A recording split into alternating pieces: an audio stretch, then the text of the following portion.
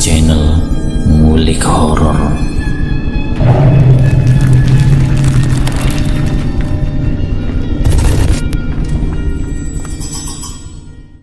Assalamualaikum warahmatullahi wabarakatuh. Jumpa kembali di channel kami, di channel Ngulik Horor.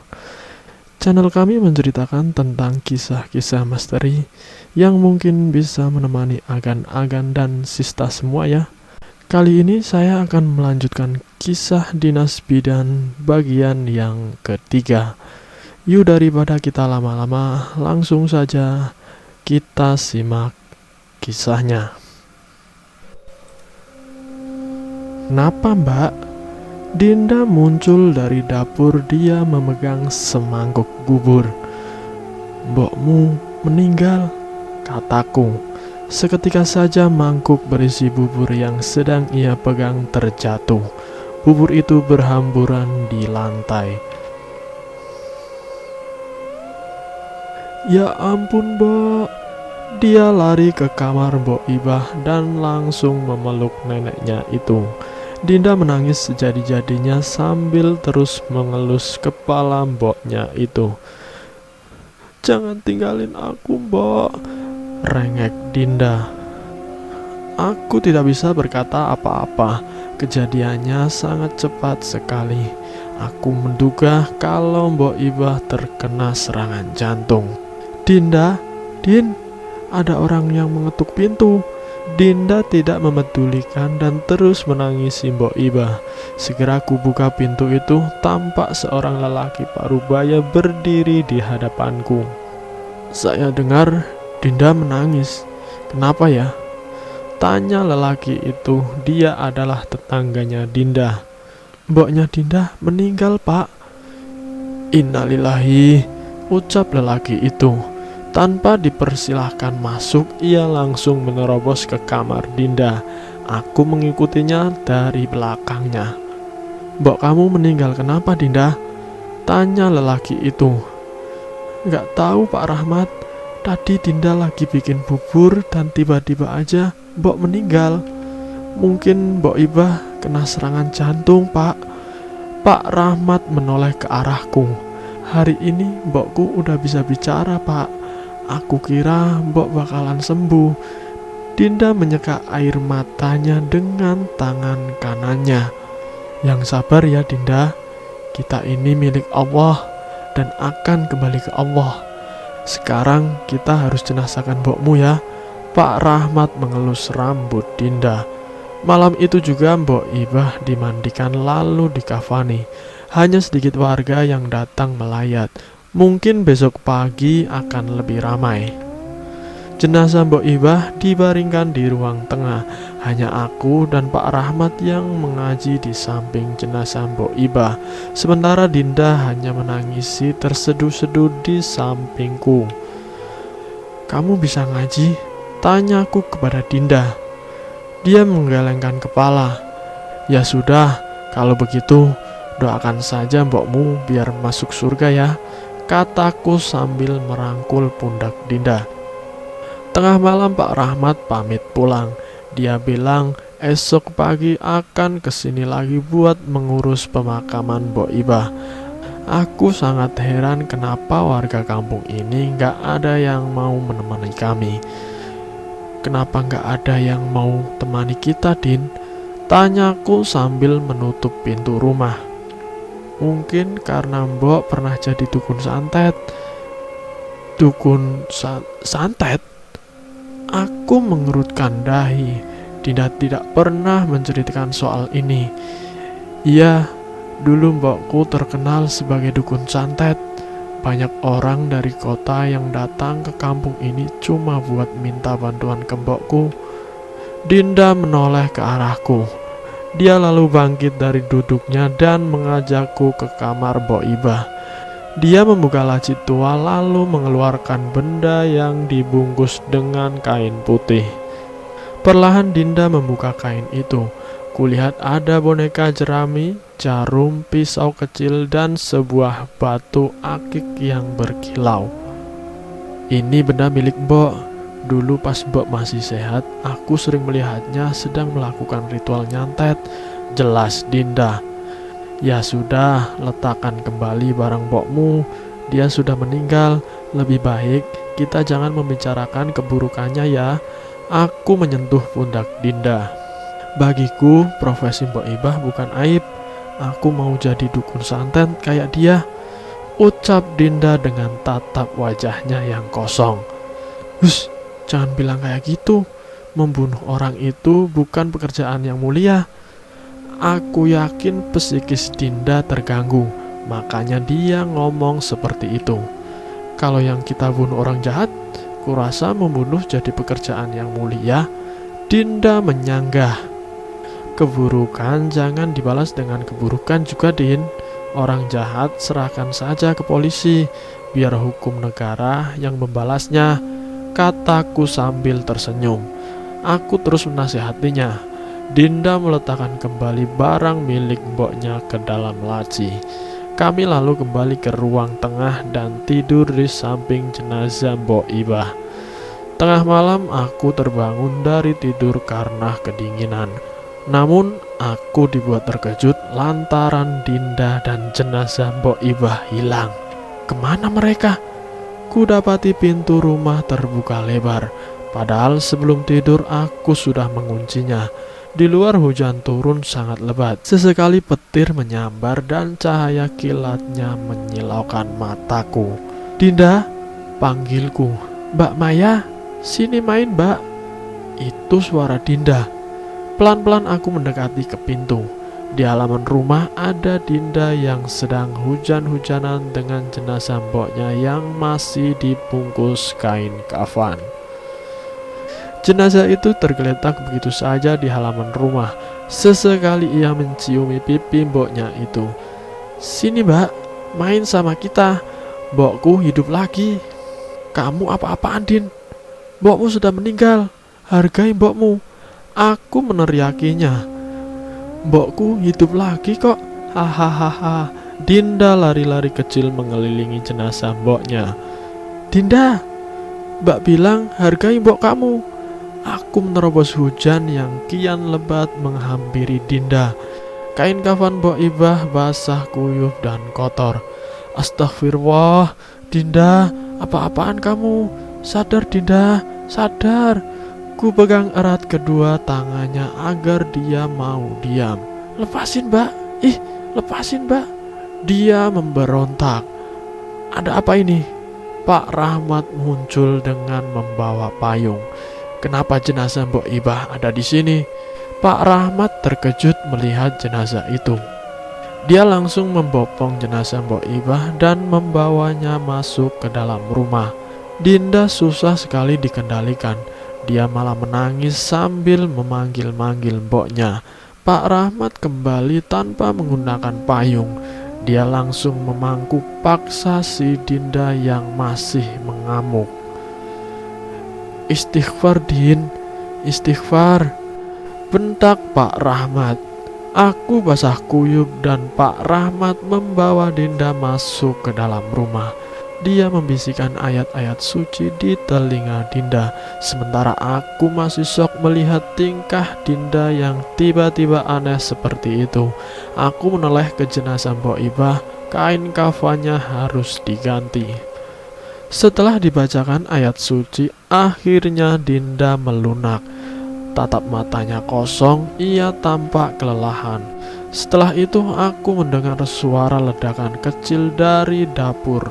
Buru-buru ku hadapi sumber suara itu. Makanan pemberian Pak Sukra acak-acakan di lantai. Entah apa yang terjadi, kenapa bisa begitu? Ada apa Mbak? Tanya Pak Rahmat. Gak tahu Pak, tadi ada ledakan. Terus makanan pemberian Pak Sukra tumpah gitu aja. Kayaknya tumpah sama kucing, ucap Pak Rahmat. Iya kali Pak. Aku langsung membersihkan makanan yang berserak di lantai. Nanti pagi kita ganti kain kafan Mbok Ibah karena sudah kotor, kata Pak Rahmat. Iya Pak, udah kotor banget kain kafannya. Keesokan paginya jenazah Mbok Ibah dikuburkan. Tidak banyak warga yang membantu pemakaman itu. Dinda masih menangis meratapi mboknya. Kedua matanya sembab. Aku berkali-kali menasehatinya agar tetap tabah. Setelah pemakaman selesai, aku langsung berangkat ke puskesmas. Jujur saja, sebenarnya aku masih shock dengan kejadian semalam. Tapi aku harus tetap bertugas dan kali ini aku akan pulang tepat waktu. Seperti biasa, puskesmas sepi. Para pegawai di sana kerjaannya hanya main handphone dan ngobrol, sedangkan aku mengerjakan kembali rancangan untuk penyuluhan. Selamat pagi Mbak Maya. Sapa Pak Sukra. Pagi Pak. Saya dengar mboknya Dinda meninggal ya. Dia duduk di sampingku. Iya Pak, semalam dan sudah dimakamkan, kataku sambil menoleh padanya. Turut berduka cita ya Mbak, ucap Pak Sukra. Iya, kasihan Dinda Pak. Aku kembali ke layar laptopku. Makanan istri saya enak gak Mbak? Dia kembali membuka obrolan. Aduh, maaf Pak, aku gak sempat makan pemberian Bapak. Soalnya semalam sibuk banget sampai gak ingat makan. Oh, begitu ya Mbak. Gak apa-apa deh, katanya. Kulihat wajah Pak Sukra murung. Maaf ya Pak, lain kali pasti saya makan. Iya Mbak, gak apa-apa. Nanti pulang saya antar ya. Dia menawarkan diri. Boleh Pak, kebetulan saya mau pulang tepat waktu. Aku tersenyum padanya lalu kembali fokus ke layar laptop. Jam 5 sore aku pulang diboncengkan Pak Sukra seperti biasa. Sepanjang perjalanan dia bercerita segala hal, sesekali aku menimpali walau sebenarnya aku sedang malas basa-basi. Akhirnya aku tiba di depan rumah Dinda. Pak Sukra langsung pamit. Aku sempat menawarinya untuk mampir, tapi dia menolak. Setelah kematian Boibah, rumah Dinda semakin hening saja. Aku sempat merinding saat masuk ke rumah itu. Dinda sedang tidak ada di rumah, mungkin dia pergi ke kebun jagung. Aku duduk di kursi kayu sambil menghela napas lega. Walau tidak ada pasien, tapi hari ini cukup melelahkan karena seharian aku mengerjakan materi penyuluhan. Saat sedang istirahat di kursi, aku mendengar suara kayu yang dicakar. Ada suara erangan dari dapur.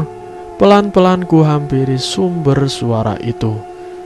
Dinda, gumamku. Dinda merayap di lantai. Kedua matanya hitam semua, ada darah keluar dari mulutnya. Dia kemudian merayap dinding sambil memperhatikanku. Aku langsung berteriak minta tolong.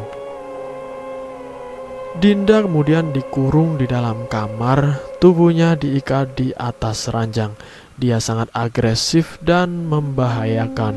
Dinda sempat menggigit tangan kananku sampai berdarah. Dinda juga melukai tangannya sendiri dengan pisau. Kata Pak Rahmat, Dinda kerasukan roh jahat yang mencoba melukainya. Lagi-lagi Pak Rahmat membacakan ayat suci. Kali ini dia meninggikan intonasi bacaannya sambil menunjuk wajah Dinda. Kedua mata Dinda melotot saat dibacakan ayat kursi. Anehnya dia malah tertawa sambil menirukan bacaan Pak Rahmat. Aku lebih pintar dari kamu, bentak Dinda sambil mendelik ke wajah Pak Rahmat. Siapa kamu? Keluar sekarang juga dari tubuh anak ini, atau kumusnahkan kau dengan ayat-ayat Allah.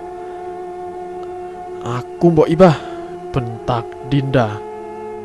Alah, kau jin memang suka memfitnah orang yang sudah meninggal. Pak Rahmat kembali membaca ayat suci. Tampak Dinda tertawa-tawa sambil menceracau tidak jelas. Aku akan menyesatkan kalian semua agar kalian jauh dari Tuhan, kata Dinda dengan wajah menengadah ke langit-langit. Urat lehernya terlihat jelas, ia menggerang seperti kesakitan. Keluar kamu, bentak Pak Rahmat sambil mengusap wajah Dinda. Tubuh Dinda yang tadinya mengamuk kini mulai lunak, lalu dia pingsan begitu saja. Aku membuka tali yang mengikat tubuhnya. Kasihan, takutnya dia kesulitan bernapas. Aku juga membenarkan posisi bantalnya dan menyelimuti tubuhnya. Tengah malam saat aku sedang tidur pulas, ada seseorang mengetuk pintu kamar. Masih dalam keadaan mengantuk, ku buka pintu itu. Dinda berdiri di depanku dengan ekspresi wajahnya yang datar. "Kamu udah siuman, Din?" tanyaku sambil memincingkan mata. "Mbokku pulang, Mbak." "Hah? Mbokmu pulang?" Mendengar pertanyaannya membuatku kaget setengah mati. "Iya, dia tidur di luar, Mbak." Aku jongkok sambil mengelus rambut Dinda. "Dinda, mbokmu sudah tenang di surga. Dia nggak akan..." Aku belum sempat menyelesaikan ucapanku, tiba-tiba ada yang menggedor-gedor pintu rumah. "Itu Mbok, mukanya serem banget, Mbak." Perlahan aku mendekat ke pintu. Semakin lama pintu itu terdengar seperti digedor-gedor dengan paksa, seperti ada orang yang sedang marah-marah. Anehnya saat ku intip dari balik jendela tidak ada siapa-siapa di luar. "Mana? Gak ada," kataku pada Dinda. "Di atas," desis Dinda. Ada cairan hitam menetes ke kepalaku. Aku mendongak, kulihat ada sosok wanita dengan wajahnya yang hitam pekat sedang menempel di langit-langit ruangan. Dia mengenakan jubah putih, rambutnya juga putih semua, ada cairan hitam menetes dari mulutnya. Aku berteriak lalu lari keluar rumah sambil membawa Dinda. Ku gedor pintu rumah Pak Rahmat, tapi dia tidak mau keluar. Entah kemana perginya Pak Rahmat itu. Aku dan Dinda pun lari ke perkampungan warga untuk meminta tolong. Sialnya, mereka seperti tidak peduli pada kami. Ada beberapa rumah yang menyalakan lampunya lalu mengintip kami dari balik jendela. Tapi mereka tidak mau keluar dan mematikan kembali lampu rumahnya. Aku menangis di tengah perkampungan. Dinda berdiri di hadapanku, wajahnya datar. Tak ada kesedihan sama sekali di wajahnya itu. "Mbak Maya, jangan nangis," kata Dinda. Aku tidak mempedulikannya. Aku tak tahu apa yang harus kulakukan sekarang. Semuanya terasa ganjil dan tak masuk akal. Ada yang tidak beres dengan kampung ini. "Mbak," dari kejauhan ku dengar suara lelaki memanggilku. Aku sangat mengenali suara itu. Tidak salah lagi, itu adalah Pak Sukra. "Kenapa Mbak Maya ada di sini?" Aku menceritakan kejadian itu padanya. Pak Sukra pun menawarkanku untuk tinggal di rumahnya. Aku dan Dinda pun menerima tawarannya itu. Untuk beberapa hari ini kami akan tinggal di rumah Pak Sukra. Tidak ada salahnya menerima tawaran lelaki itu. Lagi pula dia sudah punya istri. Jadi tidak akan ada warga yang berpikir macam-macam. Dan bersambung. Itulah kisah Dinas Bidan bagian yang ketiga. Nanti akan saya lanjutkan ke bagian yang berikutnya. Terima kasih sudah mampir ke channel kami. Jika kalian tertarik dengan video kami, silahkan tekan tombol like, share, dan komen. Tekan subscribe untuk mengikuti video kami selanjutnya ya. Wassalamualaikum warahmatullahi wabarakatuh.